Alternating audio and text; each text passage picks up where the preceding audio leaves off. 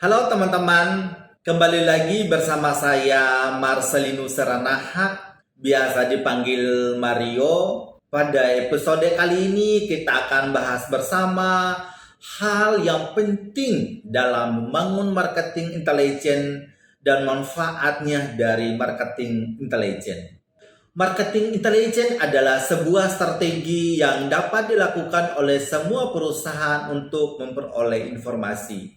Informasi itu bisa dilakukan dengan pergumulan data dan analisis yang sesuai dengan keadaan pada pasar saat ini. Marketing intelijen ini merupakan bagian dari sistem informasi marketing, di mana informasi yang diperoleh dalam marketing intelijen ini akan dikelola dalam sistem informasi marketing. Dalam bisnisnya marketing, intelijen merupakan pekerjaan yang tidak melanggar hukum, pekerjaan yang tidak mencuri data dari perusahaan lain, atau mencuri data-data ilegal untuk mendapatkan informasi yang dalam marketing intelijen ini adalah bersifat rahasia.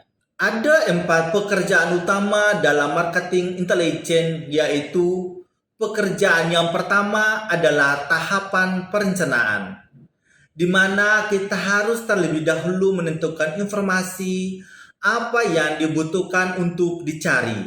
Pekerjaan yang kedua adalah tahap pengumpulan data dan informasi. Dalam tahap ini, data informasi dapat diperoleh dengan cara berkomunikasi langsung dengan para pelanggan, pemasok distributor lainnya, atau melalui media seperti buku, berita elektronik, surat kabar, internet, dan publikasi perdagangan lainnya. Melakukan pertemuan dengan para manajer perusahaan lainnya untuk saling memperoleh informasi. Nah, kalau pekerjaan yang ketiga adalah tahap analisis. Dalam tahap analisis ini ada beberapa hal yang dianalisis, seperti analisis terhadap kondisi dan situasi dalam pasar, analisis customer dan para pesaing. Analisis ini dilakukan untuk mengetahui sejauh mana respon pasar terhadap produk atau jasa yang kita miliki. Namun untuk mengetahui pertumbuhan dan meningkatkan market share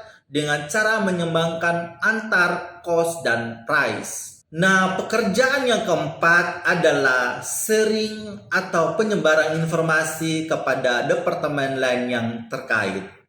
5 manfaat kompetitif intelijen yang bisa membuat bisnis lebih maju. Kompetitif intelijen biasa menjadi salah satu step dari perencanaan strategi bisnis, di mana perusahaan mengumpulkan beberapa data mengenai kompetitor mereka. Hal ini mereka lakukan karena manfaat kompetitif intelijen yang biasa dikatakan penting bagi kebutuhan atau kemajuan bisnis. Apakah manfaat kompetitif intelijen yang membuat perusahaan mau berusaha payah mencari informasi pesaingnya? Ya tentu bisa sekali, karena dengan keadaan sekarang semua kompetitor akan mendapatkan informasi intelijen. Yang pertama, memperbaiki strategi bisnis perusahaan. Kita mengetahui bersama bahwa informasi mengenai kompetitor ini bisa membantu perusahaan dalam memperbaiki strategi penjualannya,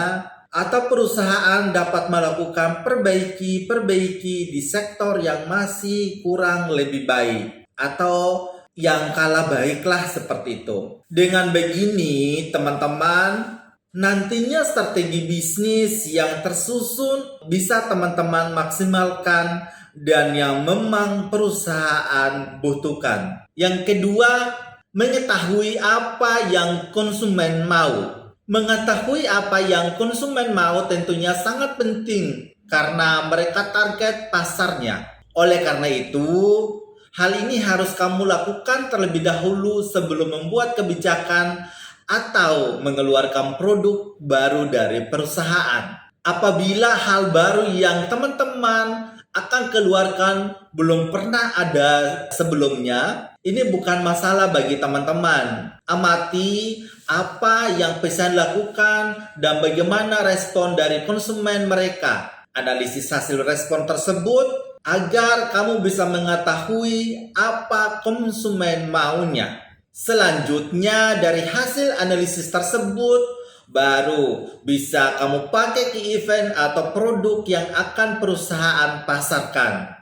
Yang ketiga, mengarahkan perusahaan ke arah yang tepat. Berkutat dari itu saja bukanlah hal yang bagus, akibat bisa merugikan perusahaan karena tidak ada perkembangan untuk keluar dari masalah ini. Kamu harus bisa berkaca pada kompetitor kita karena pesaing dari kompetitor adalah sangat cerdas. Yang keempat, tepat dalam menentukan harga dan pengemasannya. Bayangkan bila ada produk dengan kualitas yang hampir sama, setiap harganya berbeda jauh. Di antara kedua produk itu, mana yang akan konsumen pilih? Tentu saja yang lebih murah dan kemudian lebih menarik dari sisi pengemasan. Bukan. Dengan mengetahui bagaimana pesaing memberi harga dan pengemasannya, bisa jadi pertimbangan. Kamu jadi tahu berapa harga yang sesuai, menghindari banting harga atau terlalu mahal. Kemudian, bagaimana agar bisa membuat kemasan yang menarik dan konsumen juga bisa kamu ketahui. Yang kelima, lebih kompetitif dalam berbagai bidang. Kompetitif terhadap pesaing tentu agar konsumen tidak lari dari perusahaan,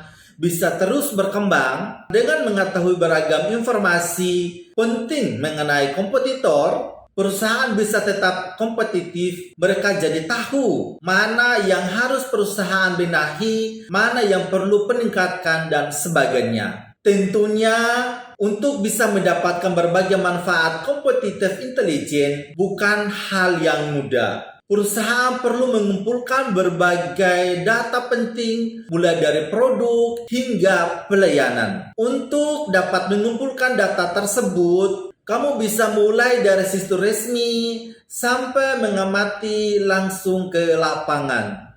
Ada juga 4 hal penting dalam sebuah marketing intelijen. Kompetitor intelijen yaitu hasil proses yang sistematis yang digunakan untuk mendapatkan dan menyelisih informasi. Yang kedua, produk intelijen, yaitu sebuah sistem otomatis yang dapat digunakan untuk mengumpulkan dan menganalisis informasi. Yang ketiga, market understanding, yaitu sebuah proses di mana perusahaan menciptakan nilai dan membangun hubungan yang baik dengan para pelanggan. Yang keempat, customer, yaitu semua cara untuk memahami bagaimana para pelanggan menggunakan semua produk atau jasa kita.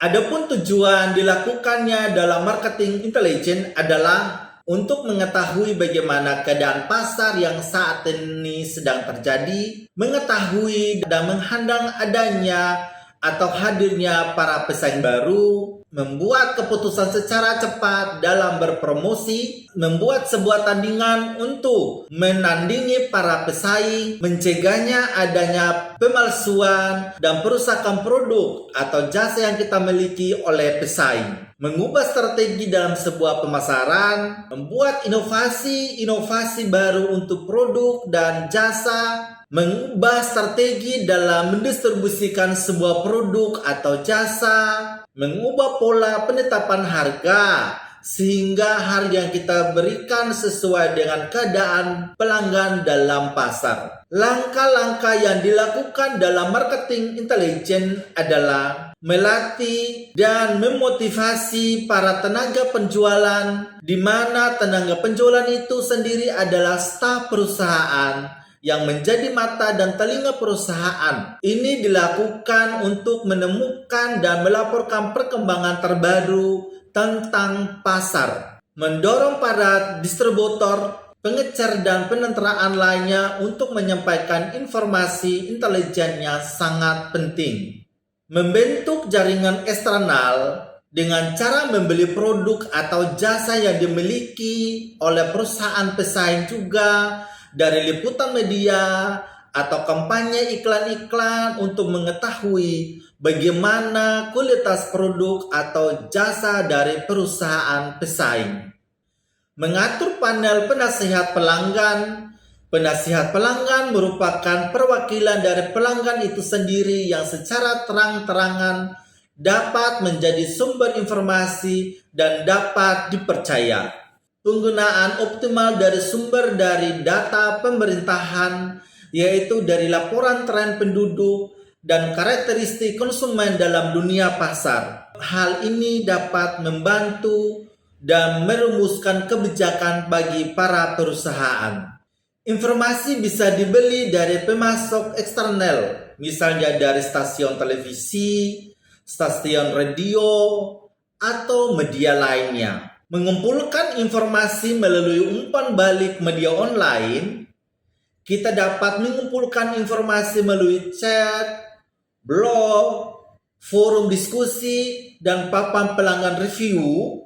Perusahaan dapat memahami pengalaman dari para pelanggan, kebutuhan pelanggan, dan keluhan dari pelanggan, sehingga lebih memudahkan perusahaan untuk menerapkan sistem penjualan.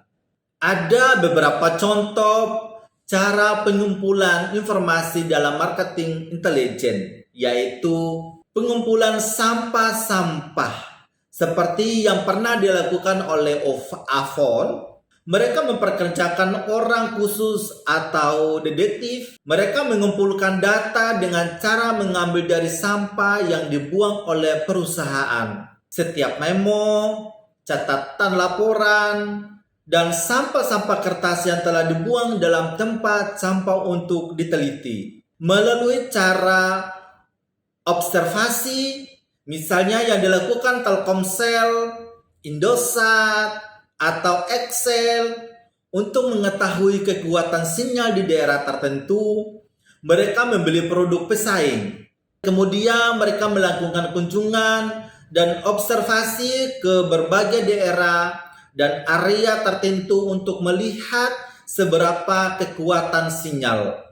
Untuk melihat seberapa kekuatan sinyal pesaing dan produknya sendiri. Ada juga sebuah perusahaan yang memperkerjakan orang untuk masuk ke sebuah supermarket.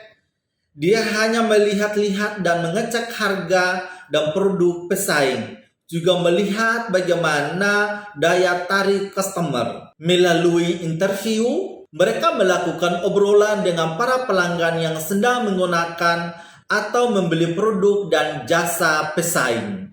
Melalui salinan faktur. Ada juga sebuah perusahaan yang selalu meminta setiap distributornya untuk mengirimkan kembali salinan semua faktur hasil penjualan. Kemudian mereka gunakan untuk menganalisis kembali sehingga mereka dapat mengetahui karakteristik pemakaian akhir. Melalui sambungan telepon. Misalnya, ada sebuah perusahaan yang mempekerjakan orang khusus untuk mengawasi dan mereka semua membicara dalam sebuah atau dalam sambungan telepon, di mana semua kegiatan pesan dalam komunikasi melalui telepon bisa kita ketahui. Terima kasih banyak teman-teman sudah menonton. Semoga apa yang saya sampaikan tadi bisa bermanfaat bagi teman-teman semua. Dan jangan lupa mohon saran dan komennya untuk kedepannya saya bisa lebih baik lagi, dan salam sukses buat kita semua. Selamat